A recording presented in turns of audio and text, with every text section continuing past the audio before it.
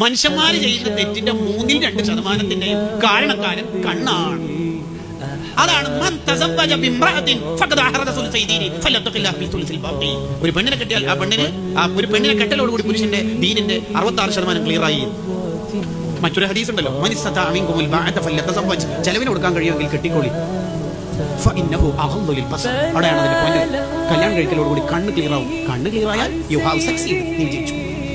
ബാക്കി 30% തെറ്റ് ചെയ്യണതും ബാക്കി അവയവങ്ങൾ കൊണ്ടാണെങ്കിലും അതിന്റെ കണ്ണീനർ സ്വാഗതസംഘ കണ്ണീനർ കണ്ണനായിരിക്കും.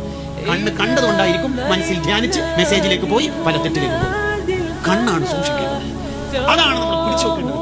മഹാസിനി പ്രകൃതി, പെണ്ണിന്റെ ഭംഗിയല്ല, പെണ്ണിന്റെ ഭംഗികളിലേക്ക് നോക്കാതിരിക്കണം. അപ്പൊ പറഞ്ഞിട്ട് പെണ്ണിന്റെ വേഗഭാഗം നോക്കാൻ പാടുണ്ടോ? ഇല്ല. അങ്ങനെ ആ ഭാഗം നിങ്ങൾ കൂടുതൽ ചിന്തിച്ചാൽ നമ്മുടെ തഖ്വ ജീവിതത്തിലേക്ക് കൊണ്ടുവരാൻ പറ്റും. അങ്ങനെ ഹലാല് മാത്രമേ കഴിക്കുള്ളൂ എന്നും തെറ്റിൽ നിന്ന് മാറി നിൽക്കുമെന്നും തീരുമാനിച്ചാൽ പിന്നെ